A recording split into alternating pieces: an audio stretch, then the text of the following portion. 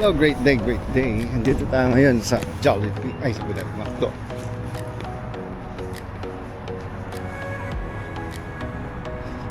Mukhang may hinihila tong pickup mo ah. Ang jet ski.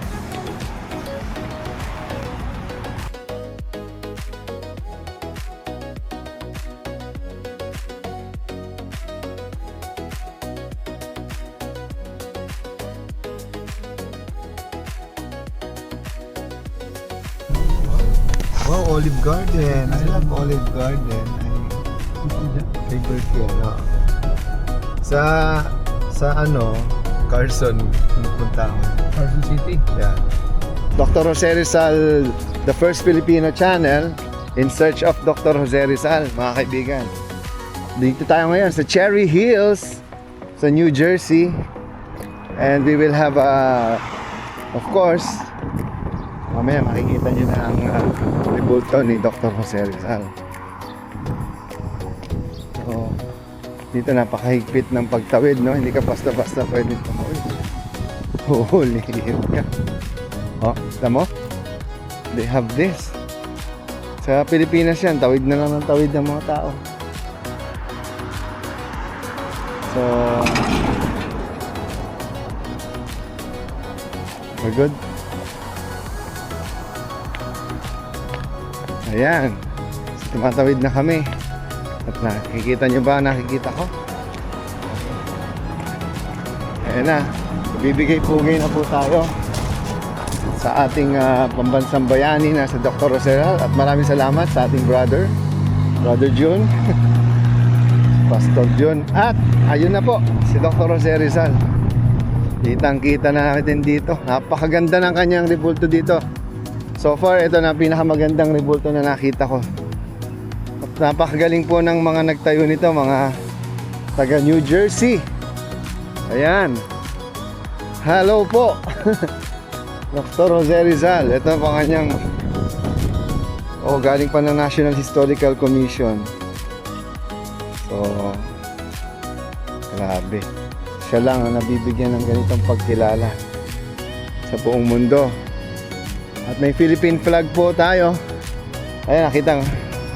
Meron din Bataan Death March Memorial. Ay, sa amin yan ah. Sa Maribeles. Oo nga. Sige. Mamaya puntahan natin yan. Alright. Sobrang laki mga kaibigan. Ayan ang kanyang monument. Dr. Jose Rizal.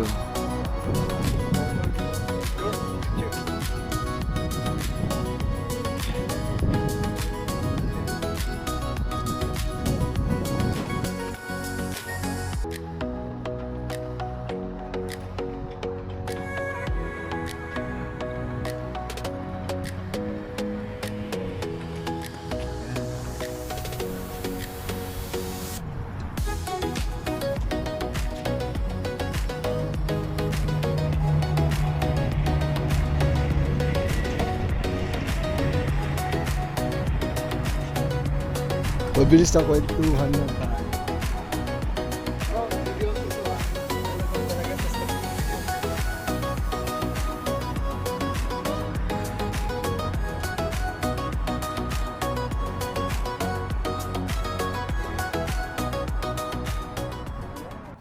Hello, great day, mabuhay! Ayan, welcome dito sa Cherry Hills, New Jersey. At nakikita nyo naman ang ating pambansang bayani na si Dr. Jose Rizal. Ito ang tinatawag na Luneta Park, di ba? Rizal Park dito sa New Jersey. At ngayon, syempre, meron na naman tayong bisita dito sa AI Talks with the Voice Master, ang aking kaibigan. More than 20 years ko na siyang hindi nakikita. Tama ba? Hindi naman. Tanda na natin. Oo, parang kailan lang, mga kabataan pa namin na magkasama kami. Sa Malacanang pa noon, sa Youth Affairs Office. Okay, without further ado, ladies and gentlemen, ang aking kaibigan, isa sa mga itinuturing kong mentor ko rin to at leader to nung kabataan ko. Walang iba, kundi si Kuya Jun, also known as Pastor Jun. Di ba? Or, let me say, Bautista ang kanyang apelido. So, Kuya Jun, pakilala ka sa ating mga audience. Magandang araw. Thank you for welcoming Yes. Sir Choi. Sir Pagkakilala namin ni Choi. Voice Master. Pocholo Dati, Choi lang. Gonzales. Voice Master. Wala pa, hindi pa Voice Master nun. Hindi pa noon. Kasi hindi pa tayo ganun ka Nag-uumpisa pa tayo. Binigyan tayo ng pagkakataon noon na magkaroon ng konting mga plataforma para Exactly.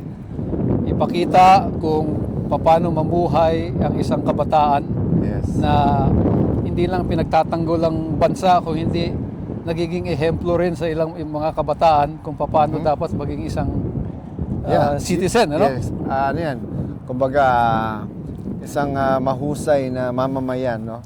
Para katulad good nito. citizenship, syempre. Kaya tayo nandito, very symbolic. Dahil alam nyo, si Kuya Jun ay isa ring guro, no? Nung nasa Pilipinas siya, ng, tungkol kay Rizal, no? Nagturo din siya ng Rizal. Kuya Jun, ayan, kwentuhan mo naman yung mga audience natin. Sino ba si Kuya Jun nung kabataan niya? At bakit, ano bang kwento mo ng buhay mo? Well, ako ay anak ng isang manggagawa ng Panginoon. Ang tawag natin doon ay pastor o ministro. At ang unang naituro sa atin dito, Kuya Choi, ay yung a life of integrity. Kinakailangan sa tingin ko na maging honest tayo. Buhay natin ay kung ano ang nakikita sa loob ay hindi nakikita sa labas. Reflection ba? Reflection. Yung katulad ng sinasabi mo palagi, authenticity. Yan. Kaya, kaya naman tayo natawag noon kasi nung panahon natin kay President Gloria, ay dahil nga yun ang gusto nating isulong. Yeah. Diba? Very important yun. Sa mga leaders ng Exactly. kabataan. Lalo na yung mga SK, no? ang biruan nga natin, SK parang incubation of corruption. Nakakalungkot. At ngayon, talagang, dahil nga sa mali yung Naglakihan nasimulan na ngayon. ngayon mga politiko na sila. Lalaki. Dati SK lang sila ngayon, mga na. Sana nga lang yung mga dumaan sa atin, mahusay at talaga naalala yung mga diniscuss natin noon. Pero ngayon, nandito tayo sa New Jersey at ikaw actually nasa New York ka, no, bilang isang pastor. So, anong ginagawa mo ngayon dito sa New York?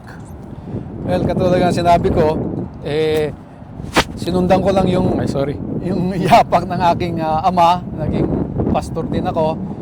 Yung kapatid ko, pastor din naman siya dyan sa Hong Kong, sa mga kababayan natin dyan sa Hong Kong, mga Pilipino, OFWs, si Pastor Bernard Bautista. Ako po ay naglilingkod sa mga kapwa rin natin Pilipino rito sa New York at merong 3 iglesia ritong pinamumunuan. Sa awa ng Panginoon ay napapunta po tayo 6 years ago at nakapakabuti naman ng Diyos na survive pa rin tayo rito sa malamig na lugar. Grabe. Kanina naka-jacket na ako, matay-matay ako sa lamig. Kala ko hindi malamig, kaya nagdoble na ako. Akala ko nga wala na kasi mag-Abril na pero lamig pa rin. Naabsortihan ko lang din yung pagpunta ko ng Amerika. Anyway, alam mo napakaganda ng gawain ni Pastor Jun dahil unang-una sa lahat. Hindi ito basta-basta lang, no? Kumbaga, profession ko hindi talagang calling, no?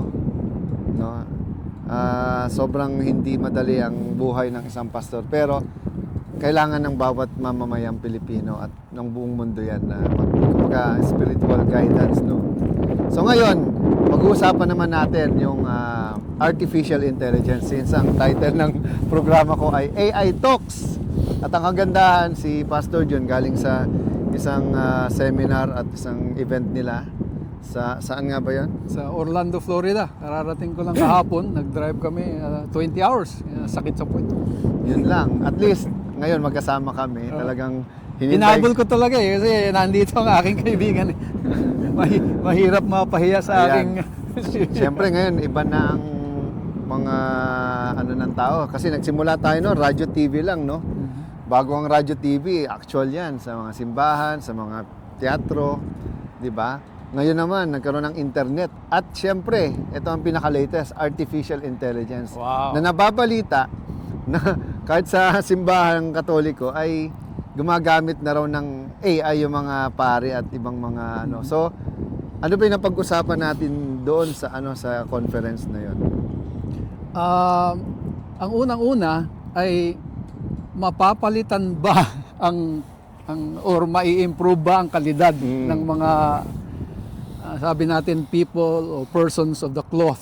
Yeah. No, yung mga pastor, mga pare, mga imam, kung ano mga relihiyon yan. Mababago ba o mapapalitan ba sila dahil sa AI ngayon? So mga tanong na yan at or ayun ang pangamba eh. Pero ano ba yung mga positibo rin na ihahandog, na ibibigay ng panibagong yung teknolohiya na ito na hindi ko alam kung sa iyong experience kasi ikaw ang expert dito. Gaano na ba katagal nito? Kailan ba nag-umpisa? Matagal na yan, 1950s pa na simulan yung idea ng artificial intelligence. Pero dahil sa pandemic at after nung dito bumilis sobra. At ngayon laking pagbabagong ginagawa sa buong mundo. Kumbaga, nadi-disrupt niya yung lahat ng sistema. So ayun din ang gusto kong kasi nga nung panahon ng pandemic dito mga ano bang tawag sa mga followers mga ka-AI, mga ka-AI at authentic innovators. Authentic innovator. Ayun ang unang pinag-uusapan.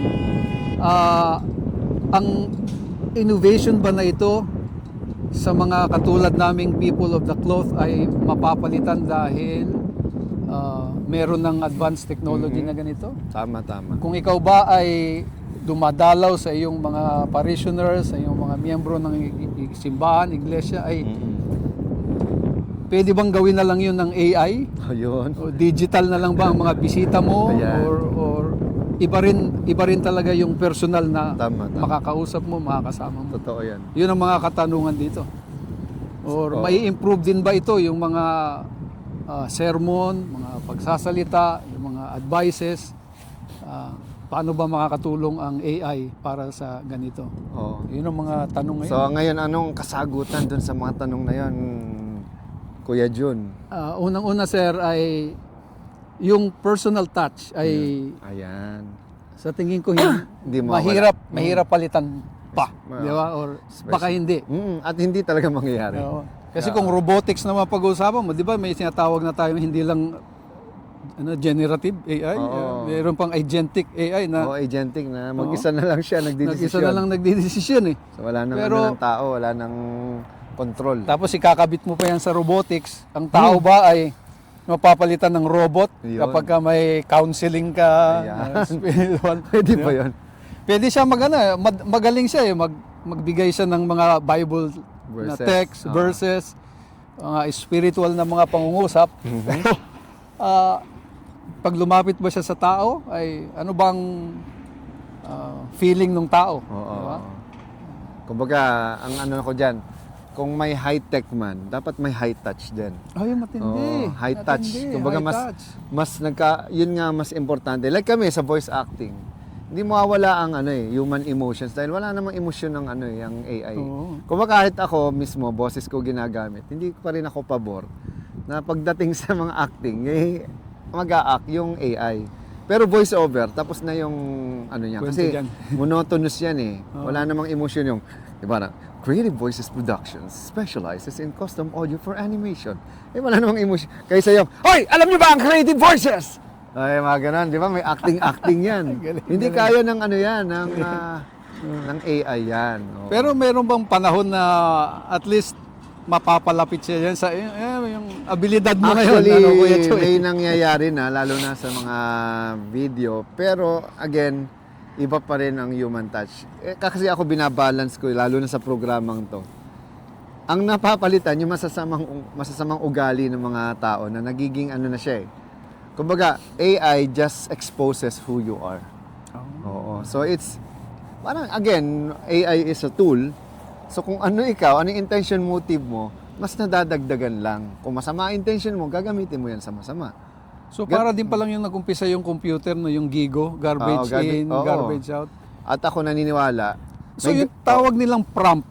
So ayun ang character mong lalabas kung ano ang yung prompt prompting mo kasi that's your idea. Parang sa isip mo, di ba, walang pinagkaiba yan pag nag-drawing ka. Pinaprompt mo yung sarili mo, gusto ko, merong, halimbawa, gumawa. Ito, pinramp mo muna tong lugar na to. Gusto ko, dito ko ilalagay yung monumento ni Rizal, kung wala pa. O ito yung magiging itsura niya. So, gumagawa ka ng perspective. Ngayon, after ng perspective mo, itatayo na yan. Kasi may perspective ka. Na ganun din sa prompting, parang designing your future. Ito ba si KPP? Ano bang tawag mo sa? Kaya mo ba pasalitain? Lolo Jose. Ay, oo. Yan, pagkagalawin ko, gusto niya pababain ko ngayon? Kaya yan, kasi AI can do anything in your mind. The question is, what is your intention of doing it? Ano bang intention mo? Ba't mo ginawa yan? So, character pa rin. Oo. Lalabas pa rin yung character. Di ba? Kaya nga maraming mga yung mga gumagamit ng AI, makikita mo, slap AI slap. Ano yung sabihin nun? Ano yun? Basura. Gumawa lang ng AI, si AI naman susunod lang yan kung saan anong iutos mo sa kanya. So, hindi niya sabihin, ay, basura yung ginawa mo. Again, doon pa rin tayo papasok sa intention. It's just like writing a book. Ano ba yung intention mo doon sa messaging mo? At kung nailabas mo na to, mahirap nang babayin, ano? Oo, kaya nga... dapat nung pag-isipan mo talaga. Exactly. And reputation is more important than whatever your opinion ng iba. Ganyan, Oo, lalo na yung pera. Ngayon kasi yan, makikita mo, yung mga basura ngayong, kung ano-ano na lang lumalabas, makikita mo, walang kwenta yung mga AI product. Unlike tayo, like si Rizal, binuhay ko para magkaroon ng mas personal na touch si Jose Rizal sa makabagong panahon at sa mga kabataan. Saludo ko rin sa ginawa mo, pinasalita mo, binuhay mo, binigyan mo ng modern na, ano pang tawag natin dyan? Identity si diba? Si Rizal. Daang nang patayan si Rizal, pero dahil sa AI nabuhay siya. Dati kasi, Kuya Jun, ganito yan eh. Si Rizal, kilala bilang kwento lang. Si Rizal ay ipinanganak sa Calamba, Laguna, di ba? Si Rizal ay namatay sa Luneta. Si Rizal ay. Eh, ngayon iba na ang storytelling niya. Ako ay ipinanganak sa. Ako ay namatay sa. Kapatay na nagsasalita pa. Ako ay nag-aral sa. So, imagine mo, first person, for the first time in history, kahit yan sila Xiao Chua, nirecognize niya yung effort ko. No? Tuwing December 30 nga, nafi-feature tayo sa TV Patrol. Dahil para lang... Sana nga, bumalik ka rito no? Ayo. Kasi... Hindi, babalik tayo dito. Isa, December 30 ba? Ayan. Marami rito. So, Kuya Jun, balik tayo dun sa pinag-uusapan natin. Ikaw mismo, bilang isang pastor sa simbahan, by the way, Seventh-day Adventist po si Kuya Jun, sa lahat ng marami akong kaibigan Seventh-day Adventist. Ano ba ang nakikita mo sa mga future na mangyayari gamit ang AI sa simbahan man, sa inyong kongregasyon o sa relihiyon? Ano magiging epekto nito? Bukod dun sa mangyayari, yung sinabi mo nga ngayon, kaya pala noon meron na tayong pinaghalo mo yung high-tech at saka yung high-touch. Kaya pala tawag natin ng high-tech. High-touch. Kasi parang pinaghalo. High-touch. Itong last week, umattend din ako nitong New York Build. Ito yung mga construction ng malaking event yan dito sa New York. Pinag-usapan doon ay protection din ng mga iglesia, ng mga simbahan. Ang AI ang nakaka-detect din ng mga yung mga kung may masamang intention sa kilos pa lang ng mga perpetrators. Malalaman nila kung bibiktamihin ba yung mga bata, bibiktamihin yung gano'n. Yun sa infrastructure ito. Kasi data yan eh. Oo. Ang tawag na data points, no? Makikita mo agad yung actions na ganito, yung pagkilos, suspetsado na. I-identify na yan ng AI. So ayun ay yung sa security area. Pero pagdadating, naniniwala ako na mai-improve dahil yung information na galing pa sa for example, gusto mong pag-aralan ang Jerusalem, ang mga Bible lands. Hindi mo na kailangan libro. Sa search mo kung hindi ka man nakapunta ron, at least mapo-provide ng AI agad yun. Yes, exactly. Pagka yung mga resulta ng archaeology, ng mga research, nabubuo nila Exactly. na magbibigyan talagang buhay yung presentation mo tungkol sa Panginoon, sa Exactly. Diyos, Oo. because of the context nung panahong yun. At maganda nakikita na rin nila in digital and visual form. Yeah. Kasi gumawa din ako ng AI Biblia. Oh, Yan, hindi. Nauna na ako dyan, 3 years ago pa. Kaya lang, syempre, nung everyone can do it, kasi nawawala na rin yung ibang ano eh. Kailangan Kumbaga, ng they can do ganyan. it. No. Ako lang nagsisimula. Para, kumbaga, prime mover lang ako. Trailblazer. At saka Kuya Choy, ang nagiging nakita ko rin ngayon, dahil nga dyan sa AI, ang ginagawa ng marami ay hindi lang opinion, pero ganito na lang eh. Oo nga. No, pera-pera na lang Yes. eh. So kahit ano lang content ang binibato nila. Oo. At yung mga basurang content, yan ang kinukonsume ng mga tao. Kaya nagiging basura din yung ugali at utak. At tayo dito sa AI Talks, ginagamit natin ang AI, hindi kapalit ng guro, kundi katuwang sa pagtuturo. Kaya napakaganda, no? Hindi kapalit ng guro, kundi katuwang sa pagtuturo. Kumbaga, ano yan, it helped us, no? Kumbaga, siya yung nagtutulong sa atin. So Alam mo naman, di ba, ang pastor ay teacher din eh. Of Kasi course. tuturuan mo yung Lahat. mga tagano. Exactly. At bukod doon, you walk alongside them. Mhm. Tama. Di ba? Kaya bagamat hindi yung personal touch na yung sinasabi mo, human touch, high touch, ay maaring hindi mapalitan. Kasi kung mayroong malungkot, may namatayan, mayroong mga na ganyan, pupuntahan mo talaga eh. Oo. Kakausapin Hindi yan, mo eh, ano eh. no? Kung maaari pa, ay pwede mong, Yung akbayan, compassion yan. compassion, yan. yan, care, which might not in this hindi ko masabi ano ba to early stage ba ng AI? Generation, Hindi. oo. Hindi alam mong AI pataas na ng pataas. Technology, we cannot stop it. Ang tao lang kasi sabi ko nga, ang problema sa tao, hindi natututo. Ang AI natututo. So, Kung napaulit-ulit. pero ang limit din ng AI ay kung ano ang limitation ng tao, di ba? Oo, pero dadating ang panahon, baka ang AI pa magturo sa tao. Magturo, Kasi no? di ba ang tao, nagsisimula sa wala eh. Baby. Siya, mataas na yung intelligence niya more than the Tapos kung the tumanda kid. pa yung tao, O pag mawawala nawala na. na yung generation natin, yung mga next generation, ano mangyayari sa Iba na. kanila? Iba na rin. Di ba? Yun ang problema natin na kailangan ngayon through this program, matulungan na natin. At syempre, wala tayo oras. Anyway, Kuya Jun, any last word dyan sa ating mga tagapakinig sa Pilipinas at sa buong mundo? Yeah, ang challenge po natin ay pag-aralan natin ang salita ng Panginoon at kung makaka-enhance ang AI, ang technology, gamitin po natin Yes. yan. Alam naman natin ang Panginoon ay mahal tayo kaya binigyan niya rin itong technology para Exactly. matutunan natin. At pagdating niya, pag bumalik ulit ng ating Panginoong Hesus, ay nakita niya na ginamit natin ang mga talento bilang mga stewards na binahagi niya natin. Exactly. At marami pong salamat sa lahat ng nakinig. At maraming salamat, Kuya Jun. Oh, Sobrang thank you. Thank you. At dinala mo rin ako dito sa Cherry Hill na pangarap ko. Oo, of course, Muntik ko nang puntahan to mag-isa, kundi dahil kay Kuya Jun, di tayo makakarating dito. At I'm so happy to see him again after more than 20 years sa paglilingkod sa kabataan. Muli, mula dito sa Cherry Hills, New Jersey, maraming salamat. At hanggang sa muling pagtatagpo natin dito sa The AI Talks with The Voice Master, Voice Master. and Kuya Jun. See you next week. God bless. Bye-bye. God bless you.